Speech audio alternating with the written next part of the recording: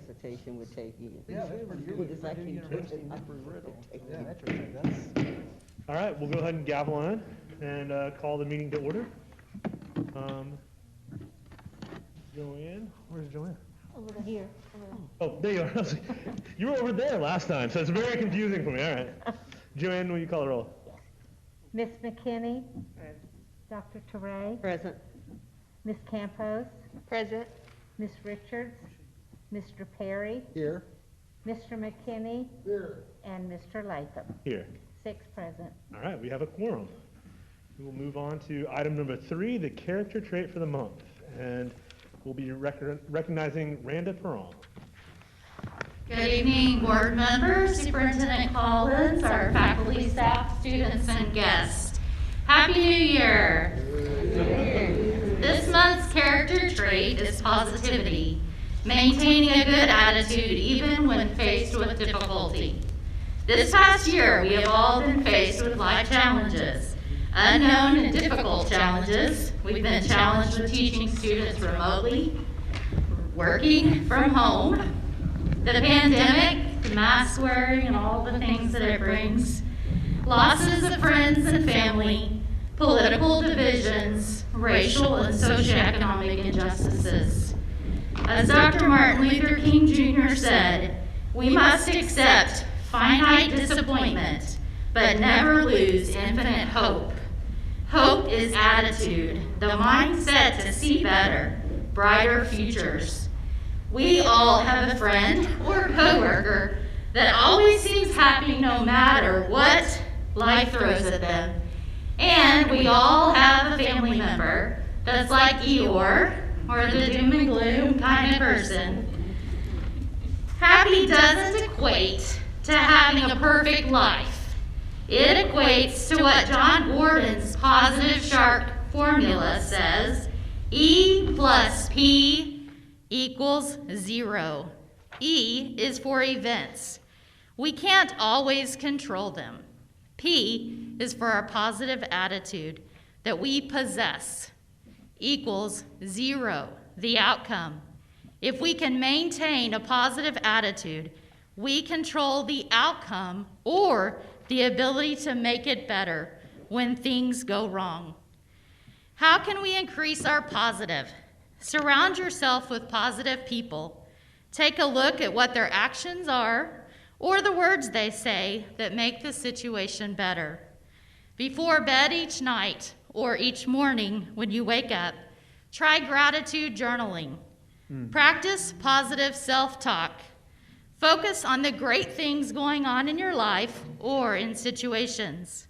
As Helen Keller once said, keep your face to the sunshine and you cannot see a shadow. One of the activities I used to do in my classes was teach about smiling with a pencil. Due to COVID, I cannot have you join me in this activity. However, I will show you. If you put the pencil between your teeth, it will force you to smile, which releases the endorphins to your brain and gives you a positive attitude. So I challenge you to smile more, even if you have to force it with your pencil. As we head into 2021 with all the present and future challenges it will bring, let us all remember to be intentional. Intentional about following the positive formula and plan now for who you can surround yourself with and what you can do to stay positive. I leave you with the wise words of the Dalai Lama. In order to carry a positive action, we must develop a positive vision. Thank you. If you'll please join me in a moment of silence.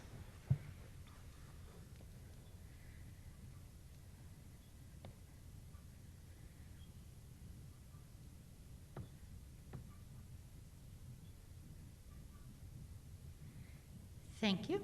If you'll please stand and join me in the Pledge of Allegiance. I pledge allegiance to the flag of the United States of America and to the republic for which it stands, one nation, under God, indivisible, with liberty and justice for all. Thank you.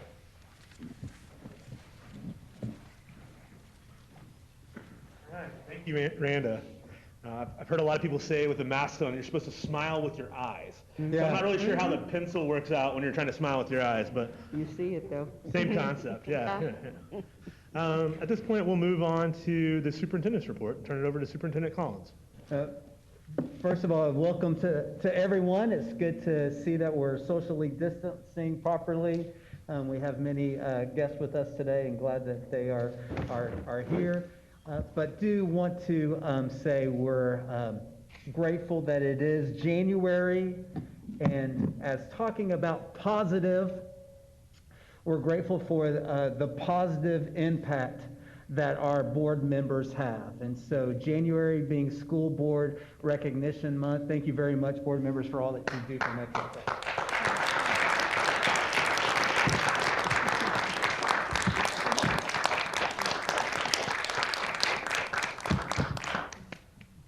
And so staying with our positive theme, I want to give this opportunity for us to be reminded of the great work that we're doing. And so an affirmation of a student-focused mission. Metro Technology Centers guarantees our students the opportunity to grow in their career and technical training without prejudice or discrimination. We stand for the principles of inclusion, equity, diversity, access, and education. We are customer-focused, learning-centered, accountable, and ethical. We will remain nurturing, sensitive, and supportive to all as a quality career training educational institution. Our institution stands steadfast in our responsibility to foster a safe and inclusive educational environment where every student, teacher, support professional, parent, and community member is treated with dignity and respect. It is our commitment to support the social and emotional needs of our students, faculty, and staff so that we can, with great empathy, understand the challenges and pain caused by discrimination and intolerance. We must continue to engage our community in meaningful and honest conversations about racial inequality, to build alliances with those committed to justice for all, to work together to support global tolerance. Metro Technology Centers will be a center of excellence in our community, a beacon of light for the world as we build and strengthen trust with those we serve. We model the acceptance of all people and will continue to lead and create a nurturing learning environment where every student is respected and valued for who they are and who they want to be. We're determined to make our community a socially, emotionally, and physically healthier place. We welcome open inquiry and inclusion of all voices as our focus is to remain a quality career training educational institution. That completes the superintendent's report, and the next would be presentations and recognitions. Go ahead, and I'll let you recognize the presentations and recognitions. I believe first we'll have Mr. Branch, Site Director from an Aviation Career Campus. Mr. Branch, if you will come and introduce yourself, please, sir. Introduce myself? Mr. Latham, board members, and Superintendent Collins. My name is Michael Branch. I'm the director of the Aviation Campus for Metro Tech. I appreciate this opportunity to introduce our student spotlight. His name is Zach Cooksey. He finished our program in 2014. So he can come forward too, Mr. Branch. Yeah. Just don't get too close. Okay. 2 arm lengths, right? Okay, so shortly after he finished our program, Mr. Cooksey went on to earn a couple of associate's degrees from Oklahoma City Community College. He did that while working because he got his airframe certificate while he was still a student at our campus. He's currently working on finishing his bachelor's degree at Oklahoma State University in Aerospace Administration and Operations Management. His first job as a student was at AAR, which is one of our industry partners right there at the airport. He worked there for a while, then he moved on to Tinker Air Force Base to work on the KC-135. That's the big refueling aircraft. Then from there, he worked for the FAA, Principal Aviation, and there was one other one, Northrop Grumman. I'm sorry, my notes are off. He did all this in 5 or 6 years, gaining a lot of experience and knowledge about aviation. He's really passionate about it, and you can just see it when he talks about it. And you'll get a chance to see it a little later. In all this, he still managed to join the Army National Guard, where he currently serves as a UH-60 Black Hawk crew chief. I'm sorry. But he's got a lot of experience in a short amount of time, but it's all valuable experience. I think the best thing, at least the thing I like the most about Mr. Cooksey is his passion just exudes every time he opens his mouth about aviation. And he is now currently our high school aviation maintenance foundation teacher, where he shares that passion and enthusiasm with our students. So, Mr. Latham, Board, Superintendent Collins, I give you Zach Cooksey.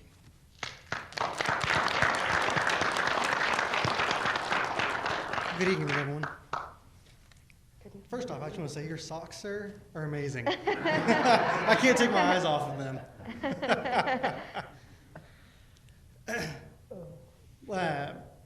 So I want to talk a little bit about how my life has been impacted by Metro Technology Centers. Really, I'm going to be honest with you, it's hard to really pinpoint how, or one way that it has affected my life.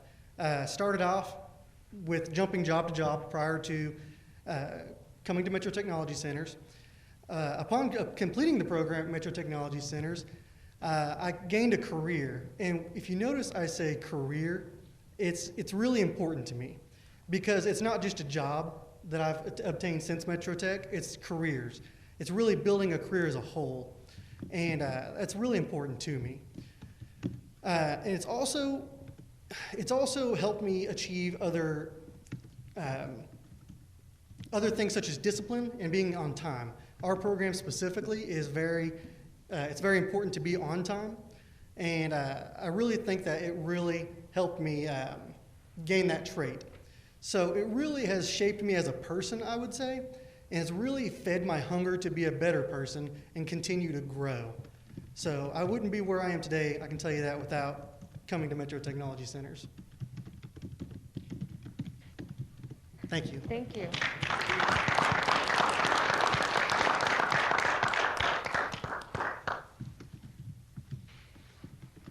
Ms. Kayleen Wicker, you would introduce yourself, please, ma'am. Good evening, School Board and Superintendent Collins. I'm Kayleen Wicker, and I'm the interim site director at ITC. And I've only been here a short amount of time. I've been here since June, just a little bit longer than Superintendent Collins, and this is a great place, so thank you. So first of all, I would like to thank you for your time and service in making decisions and supporting us and improving Metro Tech. And now I would like to introduce Andrew Lewis. From the moment he was nominated to be recognized, I heard only accolades about him. I finally had the opportunity to speak with him, and he is very well spoken, polite, and respectful.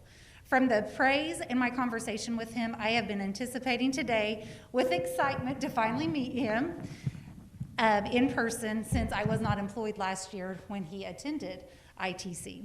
Last year, he completed our accounting program with Mrs.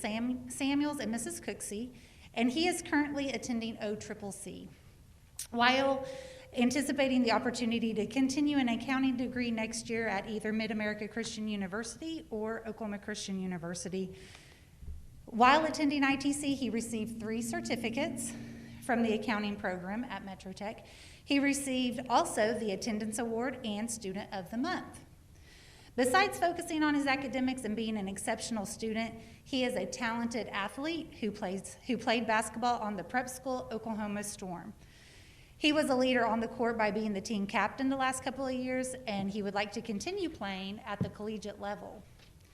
Not only does he lead on the court, but he leads off the court. Last year, he was a MTC high school student ambassador. He has a heart of service by being a volunteer referee at the Special Olympics and serving the Thanksgiving basket for families with the BPA service project here at ITC.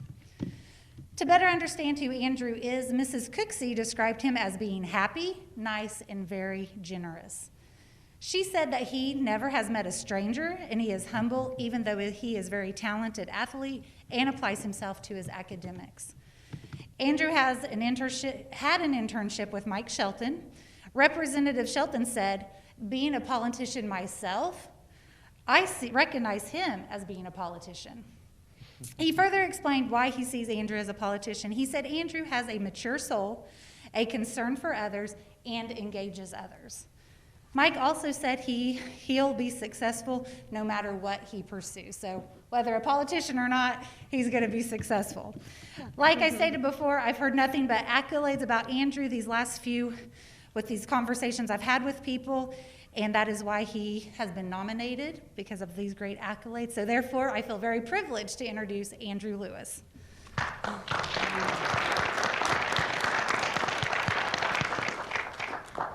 Thank you so much, Ms. Wickers. Before I even get started, I want to thank everybody on the board, everybody on the staff. Thank you for this opportunity to speak in front of you guys. I consider this a great honor. Like Ms. Wickers said, my name is Andrew Lewis, if you do not know me. I'm a former 2-year Metro Tech student. I came here my senior year in high school for the accounting and banking program with Ms. Lexley Cooksey and Ms. Cynthia Samuels, two very great teachers. And how Metro Tech has impacted me, specifically in communication. There's these small classes that Mr. Mike Shelton hosts, that communication, how to use your social media for good. And those really small classes have really helped me to communicate right now, just in life right now. Right now, I'm baking at Bank First right now. I'm a part-time teller at Bank First. I am also a part-time student at OCCC, and also working towards to play ball at the collegiate level in college. But like I said again, communication was a big part here at Metro Tech. It's just like if you don't communicate, you don't get knowledge. If you don't communicate, you don't have opportunities. If you don't communicate, really, communication is the foundation of just business in general. That's what I learned here at Metro Tech, so I'm very grateful for that.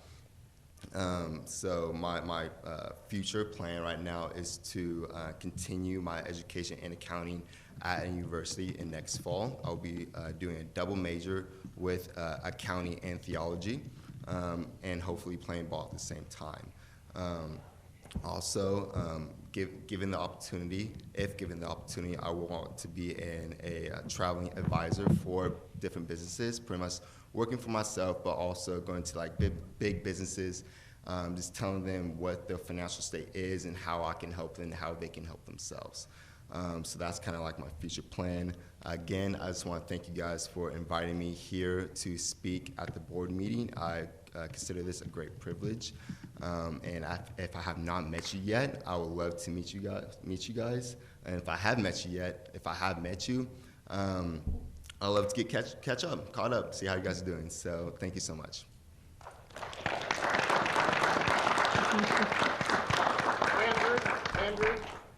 Andrew, I have a question for you. Yes, sir. What is your three-point shooting percentage? From last year, it was about a 44, so I was the second highest on my team. So, Very good. Yes, sir. Any other questions that I can accept? Not questions, but comments. Just thank you for being here, and like you said, you did a really excellent job of communicating, and you're right, communication is everything. So I congratulate you on all of your current success stories, and just keep it up. We're proud of you. Thank you so much. Did you say what high school? I was actually homeschooled, ma'am. So I'm 1 out of 7, and all my siblings been homeschooled, and I was the last one. So I was been homeschooled all my life. Thank you. Thank you. Any other question I can accept? Okay. Thank you.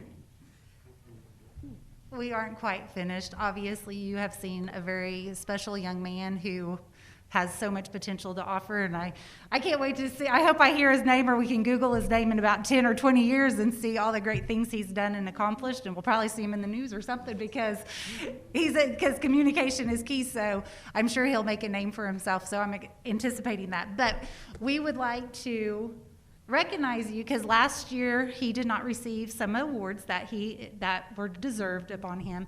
So he was named the ITC Director's Student of the Month. So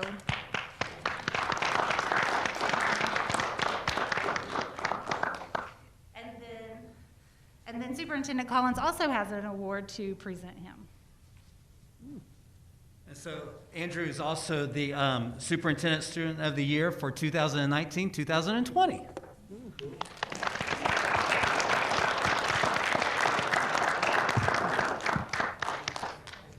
Okay, so yeah, we want to take the awards out of the... Yeah.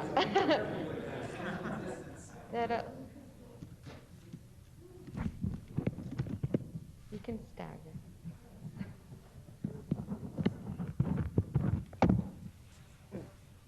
Okay, so the first one with the two of you.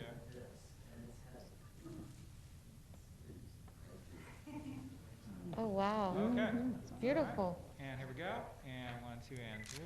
And one more. 1, 2, and 3. One last one. Got it. Thank you. And we didn't give Mr. Cooksey an opportunity to answer questions. That was my fault. So if we had any comments or questions for Mr. Cooksey, we do appreciate so much him choosing to come back and give back and be a teacher for Metro Tech. That was a great story, but I apologize I didn't give you guys an opportunity to ask Mr. Cooksey any questions if you had any for him. I have the same question. What high school at the time? I graduated Westmore High School in 2007.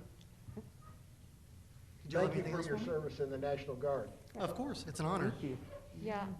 And just, Thank you very much. I'm sorry, go ahead. No, just a comment again, thank you so much for your time and just sharing your story of how, like you said, career is a very important key element of Metro Tech, and now you're able to provide that to other students as well. So we appreciate all the work you're doing. Absolutely. And once again, it's an honor to have to be able to do that to the students, and it's important to me to see them build that career as well. So. Thank you. Yes, ma'am. Oh, I love it. It's if I'm being completely honest, I didn't think I'd ever be a teacher. I mean, if I'm being completely honest, but it's something I kind of toss around for a while, and now that I'm here, I absolutely love it, and I wouldn't do anything else. You need the best. I can see that. Well, thank you all. Thank you. Thanks, Mr.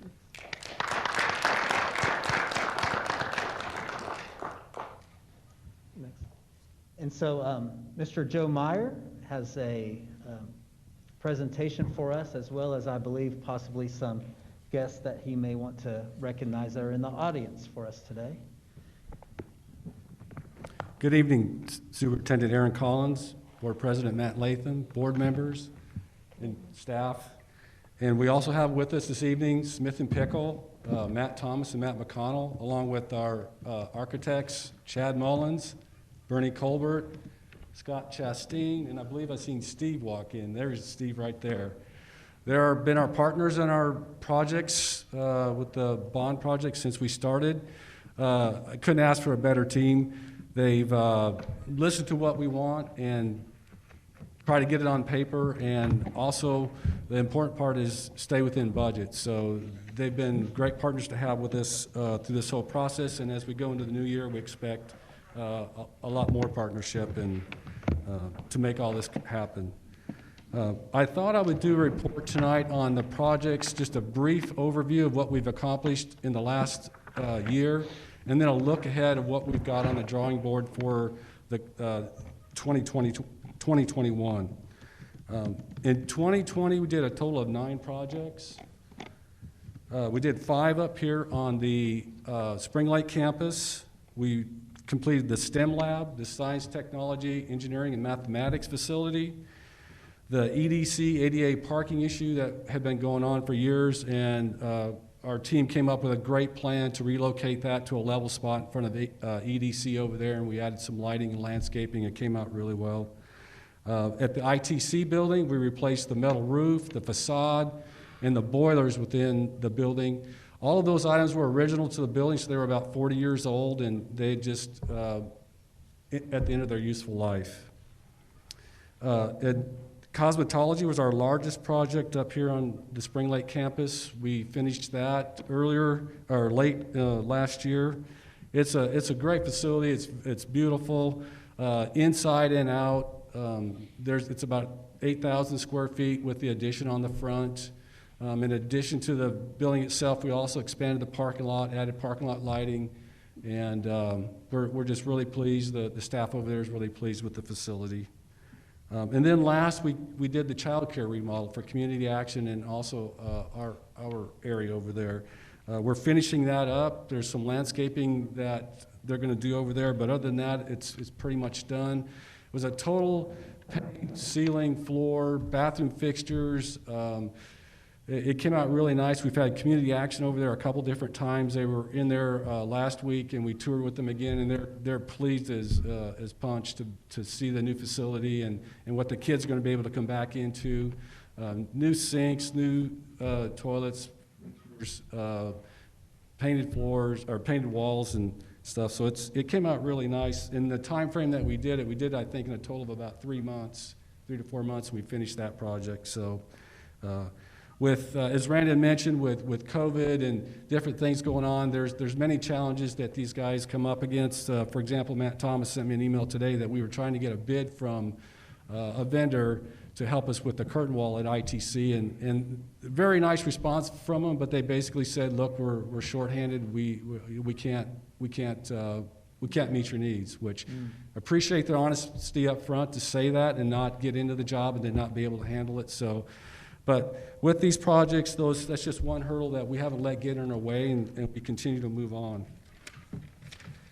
At the South Bryant campus, we've done 4 projects there, and a lot of these projects were infrastructure improvements. We had to do roof replacements on B and D when we came back after the school was closed in March. I think we came back in April. We found a large portion of the roof had blown off on building B and also some damage to D.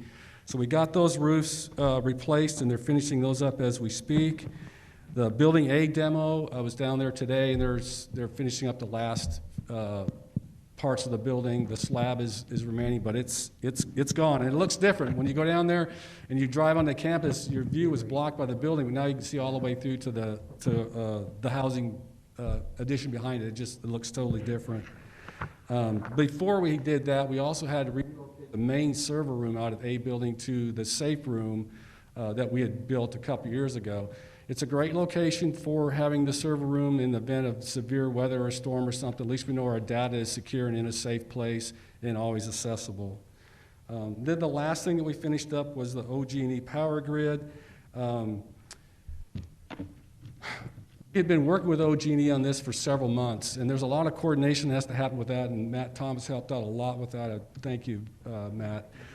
And you know, there's nobody else you can call, so you have to be nice to them, you have to work with them, and they had done a lot of work prior to us going on the Christmas break. We went on Christmas break, and one of the main feeds down there, the transformer, blew up and knocked out all the power to A, B, C, D, and E building. We called up OG&E and said, I got this voicemail that said, I'm on vacation, leave a message, I'll call you back January 4th. Well, we're going to be back January 4th with school open, and so I left him a voicemail, and he called back in about 20 minutes and said, I told him what the details of it. They got their crews together, and they got down there, and they finished up what we call an AB loop, where we have 2 main feeds of power coming into our campus now instead of just one, set new transformers in front of all the buildings, and did an excellent job finishing that up for us. So when we came back January 4th, our buildings were powered up and ready to go. So very thankful for the work that they did for us, along with our consultants to do that. You know, it was kind of a blessing in disguise that did happen when it did. Otherwise, we would have had to have a building shut down, you know, probably move the students and staff somewhere else, because we would have had to shut the power off, switch out transformers, and then power things back up. So it was a blessing in disguise. The projects that I've just told you about have all come in within budget. We are staying in budget with what we have designated for each one of the projects. And going forward, we're going to do what Dr. Collins says, be economical and functional. So we're going to stay on track with that. In 2021, what we see going on next, of course, tonight on the board agenda is the ATC expansion, addition, and site work. $5,621,107. That you'll see that on the board agenda tonight.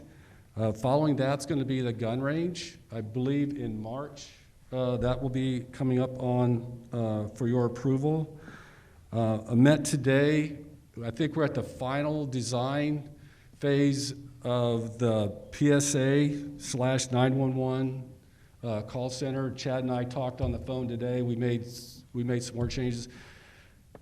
And that's one thing I'm thankful for Renaissance, because we've called them on this one facility, I think 30 times and made 30 changes, and they're making them happen for us. So thanks, Chad, appreciate it. Also, at this campus, we're working on, of course, this building. We started the demo out here in the lobby area for early demo to do that over the Christmas break. Finished it up last week, and so the noise and the dust is behind us now. We've also have in Renaissance hands a new wellness center to be built on this campus. Circling back around to the South Bryant campus, we're in discussion with Sunbeam. We'll be meeting with them Thursday over the possibility of a daycare center at South Bryant campus. We got the survey back, and so we'll be ready to review that with them.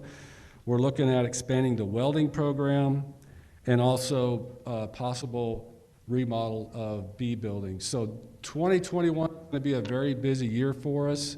I think I know these guys are up to the task, and we look forward to these projects. And there's some other minor things that we're working on. We've got a heating issue at Building B. Matt McConnell gave me the estimates on that today. It's kind of an emergency that we get that taken care of. But they've stepped up and helped us on projects like that. We have a curtain wall that's failing at ITC, and we got estimates on it. A few years ago, it was going to be about $500,000, and they came back with an estimate of less than $100,000 to take care of that. So not only on the major projects that we bring before you, we can also go to them for some other ones that are too much for our facilities department to handle, but they will step up and help us with those as well. So that's my report. Is there any questions that I could? Joe, I have a question.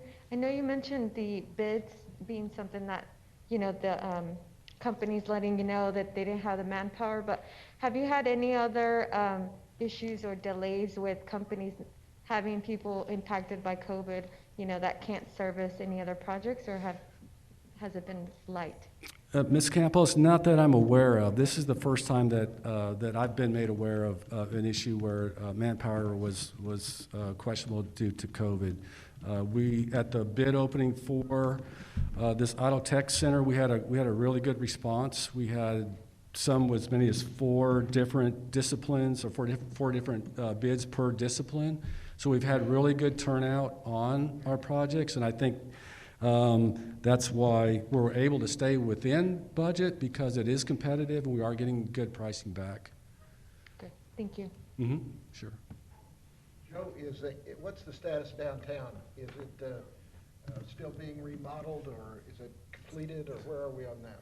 Mr. Perry, the status downtown is they're wrapping it up. Something that came up that's new with Oklahoma City this year is they're now requiring a permit for low voltage. And we were about to wrap up, and the inspector said, you can't, we need a low voltage permit and wire run. And we question that because that's never been in the past, and it's not even on their website. And so did some checking, had Smith & Pickle look into it, and that is something that's going to be required going forward. So we had to overcome that, Mr. Perry, but we are wrapping that up as we speak. They have to take care of that low voltage, and then they can cover the ceiling and be out of there. But it's just about done. There's some appliances for the break room that they have to get, but it's getting down to the finishing touches. Thank you.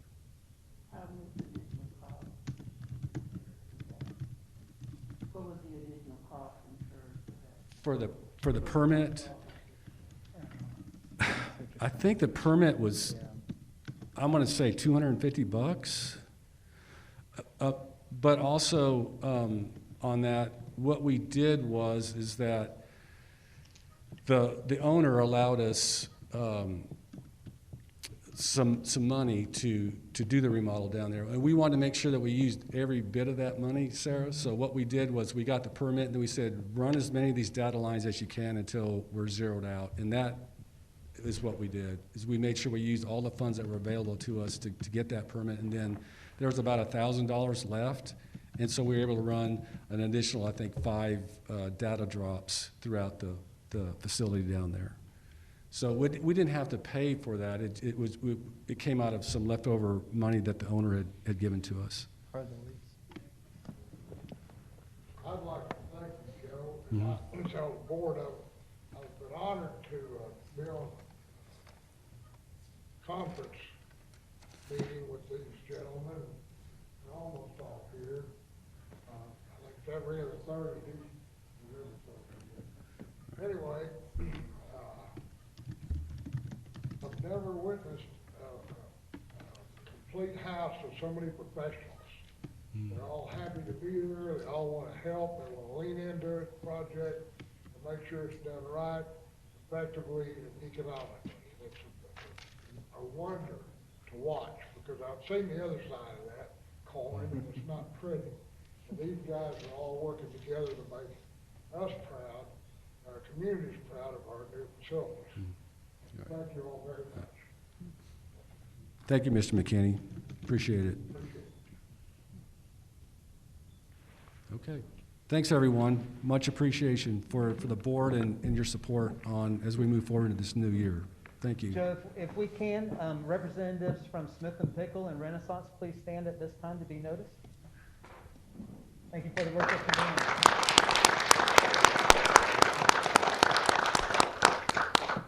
Thank you, Joe. All right, we'll move on to item number C, the treasurer's report. Mr. Bruce Campbell, please. Very good. Good evening to each of you. Good evening. I'd like to have a brief presentation of the treasurer's report this evening and certainly address any questions that you might have. The district continues to be in a good financial position. Probably the most noteworthy thing that has happened since we last met is the beginning of the significant collections of ad valorem taxes that are now being received. At the end of December, we were lagging significantly, as I mentioned in the treasurer's memo. But over the past 2 weeks, most of that lag has been offset. We are running a little over 2% behind where we would be same time if you compare to the 2 prior years. But I believe we'll see that get made up for as we move forward. You know, there certainly are a number of economic indicators that we're keeping a close eye on as we work our way through this pandemic situation, one of which is what will be the situation in terms of eventual collections of property taxes. You know, will there be a significant number of delinquent taxes because of the economic events and so on? And if so, how much will that impact us? The other significant thing is, well, really there's 2. One of them is what's going to happen with state funds as we go into the spring. Will we be seeing at least as much as the state has appropriated to us? You know, and that remains to be seen. We'll be watching that. And then, of course, earnings on investments are lagging dramatically behind where we were last year and will continue to lag until those rates begin to recover. So we'll, working with Mr. Genhart, Mr. Carlton, we will continue to keep an eye on these indicators so that we can project where we're going to be at the end of the fiscal year and come up with a responsible budget for the new fiscal year. Be happy to address any questions you might have at this time. We certainly are. Yes, we certainly are. We, with the collections over the past 2 weeks, that puts us in a position where we will be in a positive cash flow situation for the rest of the fiscal year, and then we'll begin that cycle again of where we spend down through through the first 5 months of the new fiscal year. But yes, we are. Do you have any concerns at this point? Cautiously optimistic. Every month that goes by, you know, that we don't hear bad news from the legislature will be a good thing, and I'm certainly optimistic there. There are certainly some good economic indicators out there, as well as some that are not so good, and we'll just have to keep our eye on it and be responsible with what we're doing. We have maintained a very conservative financial position, and we'll continue to do so as we work together to build that budget for next year, and also to make sure we spend responsibly this year. So. And I know the second round of CARES Act dollars are still being allocated. Have we seen yet what that looks like for us? Is there any CARES Act that's coming our way? Yes, there is, and Mr. Genhart is better able. He was on a conference call last week about that. He's in a better position to respond to that than I am, so I'm going to let him respond to that question. Yes, sir. That was a great question. I'm glad you asked that. I touched on it briefly in our board report, but I didn't have the numbers at that time. So in total, we're going to get $836,177. And a portion of that is to be used towards student aid was $233,404, and for institutional portion is $602,773. Now, does that offset some of the losses that we're seeing on the property tax side, or like, what is our net gain with the CARES Act versus what we're losing in property tax right now? I'm not sure. Mr. Latham, With the losses in property tax, the 2% that you were saying that right now we're down, what percentage of that is made up from the 622,000, I think you said? Yeah, it's 602,000. 602,000 that it's coming in. Are we relatively balanced out from that influx of cash from CARES Act 2? If we were to just look at those two revenue streams, I would say yes. Yeah. If we, I'm sorry, forgot about the mic. If we were to look at just those two revenue streams, I would say yes. That probably puts us in a pretty neutral situation. Keep in mind, the loss of interest earnings compared to what we had last year will be very significant. It will exceed $1 million for this fiscal year as compared to last fiscal year.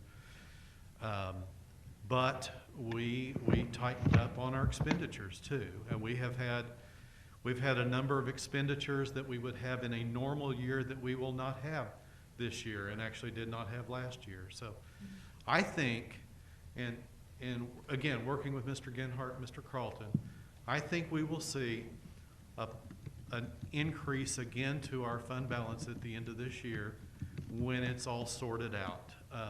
So it's not a great situation. It's not a dire situation either. I think we'll be in a good place. So.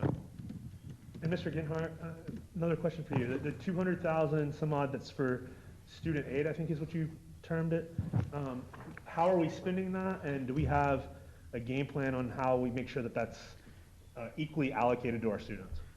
This round of the stimulus is being treated a little bit differently than the first round.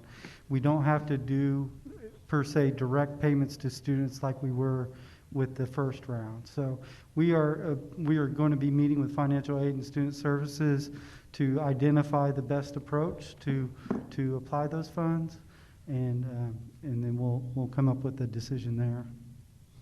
Great. And I think, I don't want to speak for everybody else, but I think for myself, Superintendent Collins, it'd be very helpful to have a report at the next board meeting as to how it is that we're spending that $200,000, just so we have an idea of where that's going. Absolutely, and you know, just clarification, those numbers were, you know, really made public in fruition actually this morning. So we're getting very new information, and so that's great. We can absolutely have that ready for you in February. Yes, sir. And I know that's a very fluid matter right now in terms of Right. CARES Act too. So I agree, like, I'm amazed that you had the answers to those questions, so I don't want to make light of the fact that that's very helpful for us to know, so. Yes, and meetings are continuing over the next, this week and next week in discussing that. Wonderful. Yes, sir. Any other questions on this, the treasurer's report? Seeing none, thank you both very much. All right, thank you. Thank you. Superintendent Collins, I'll turn it over to you for dates of upcoming events. Right now, we want to remind everyone of our Board of Education meeting in February 16th, and that NSBA online conferences available for board members.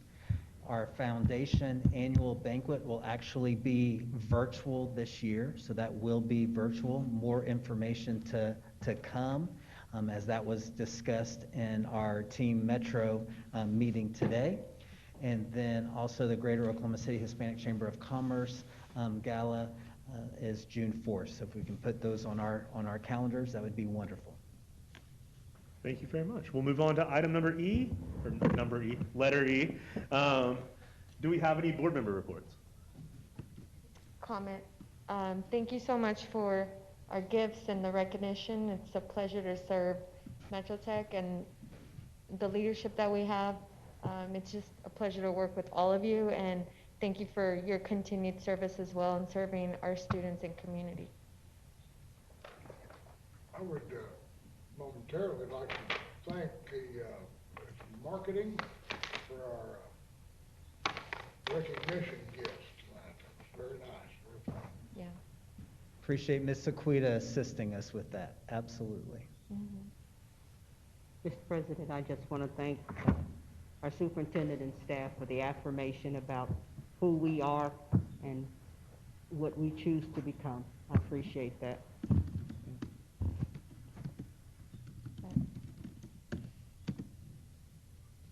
Any other board member reports? And I'll echo Dr. Ture. I know that there was a lot of thought put into the affirmation, and I think the last few weeks have been very interesting, and interesting is probably not the appropriate word for it, but I really appreciate the fact that we are continuing to be focused on our students and focused on the right things, in my opinion, and it means a lot to me that the superintendent and the staff were able to put that together. So thank you very much for that. I ditto, and I think it's very timely. Much appreciated. Right. Seeing no other board member reports, we'll move on to item number 5. Do we have any questions on the board reports?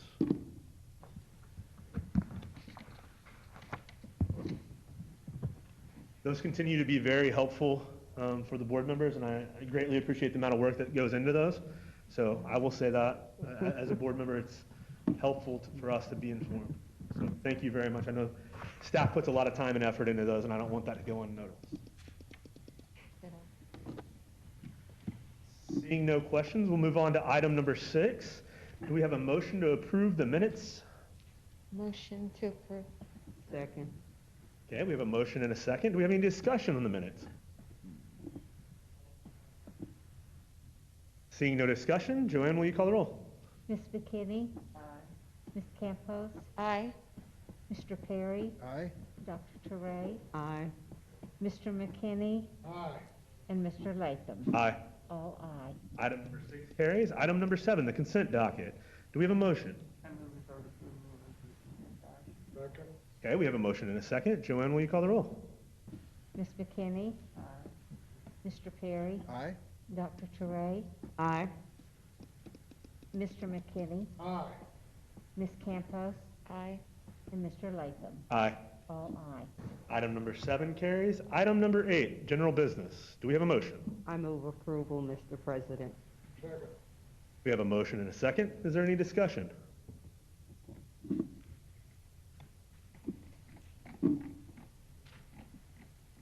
I will quickly just make one note. We are getting to the point where we're beginning to spend a lot of the funds from the bond, and I know we talked about it a little bit earlier, but I just want to echo the comments from earlier of how much effort goes into something like a $621 million expenditure. And I know that that's no small feat. And so Joe, Smith and Pickle, Renaissance, really appreciate everything that you guys are doing to keep that moving forward. Superintendent Collins, appreciate your leadership on that as well.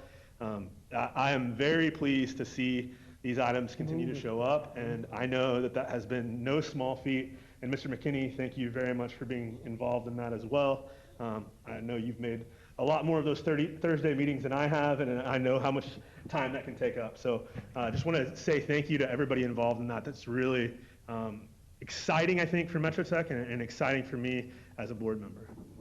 So. I have a question on item D.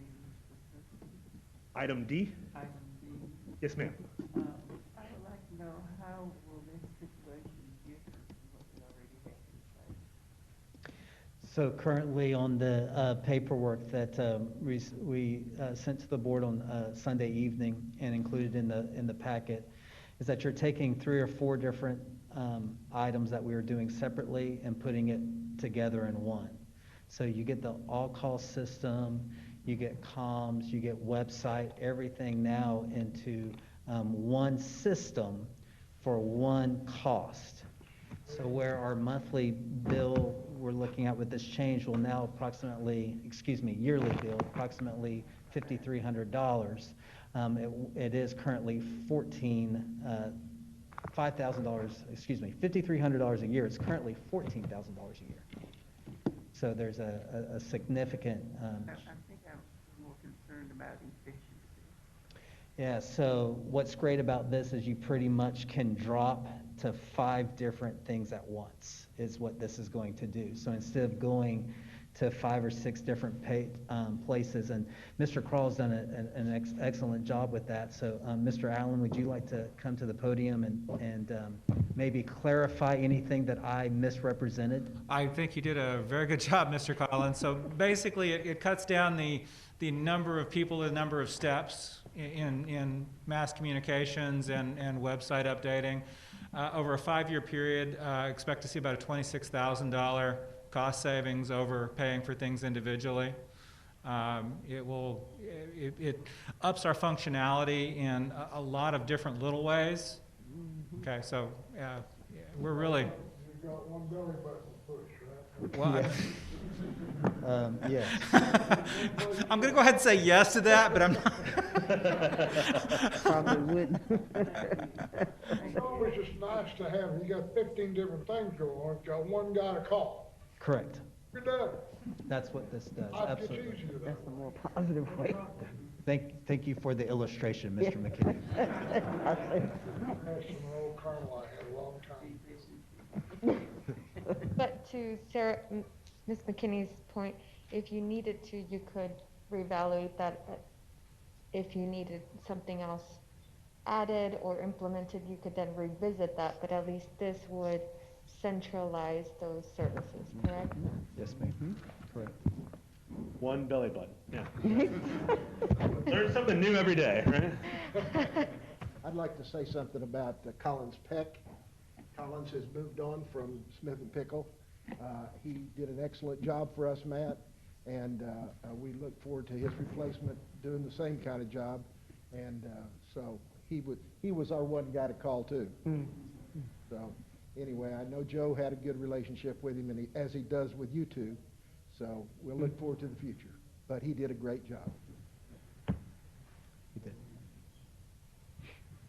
And then I'll add in that I love seeing the partnership with the Department of Corrections. I know I had a meeting with them this morning on an unrelated matter, but I continue to hear from them how difficult it is for them to fill positions, and I know that we can be a source of a lot of employees for the Department of Corrections when they desperately need it. And so just love to see that partnership. I want us to continue to look at for every way that we can partner with the Department of Corrections, both for employees, but also for folks who are behind bars who are going to be reentering our society. And I think we can be a part of that second chance. So really just appreciate that continue to look at things.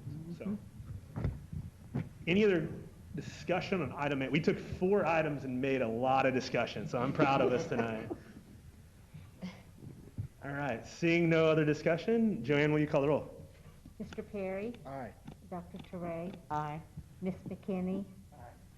Ms. Campos? Mr. McKinney? Aye. Mr. Latham? Aye. All aye. Item 8 carries. Item number 9, personnel. Do we have a motion? A second. Okay, we have a motion and a second. Is there any discussion?